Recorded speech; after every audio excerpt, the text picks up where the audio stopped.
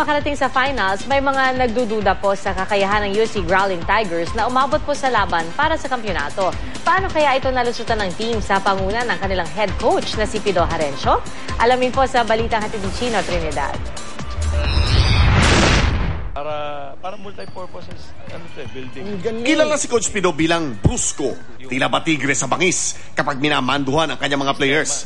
Kaya laking gulat ang mga nanood ng live na makitang naluluha ang palabang coach ng Uste nang pumasok ang UST Growling Tigers sa finals ng UAAP ngayong taon matapos nilang talunin ang National University Bulldogs. Kailangan ko lang ibuhos yun, ilabas para at least pakiramdam ko vindicated ako doon sa lahat ng mga nangyari.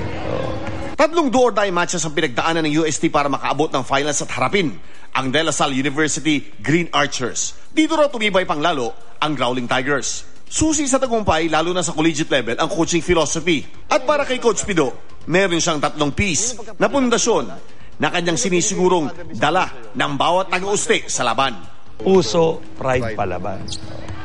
May puso yung player, may pride mo yung player na maglaro, tsaka palaban. Yun ang motto na in-establish ko mula nung dumating ako rito. Sa palapit na pagsasara na naman ng isang maituturing ng matagumpay na UAAP season, naniniwala si Coach Pido na hindi lang sa mga panalo o kampyonato masusukat ang tunay na nagawa ng isang koponan. Pag mahal mo basketball, kailangan respetuhin mo yung tao. Kasi tao naglalaro sa basketball. Kaya kailangan respetuhin mo tao. Respetuhin mo yung mga yung player, yung mga nanonood, yung sumusuporta sa iyo. Chino Trinidad, GMA News.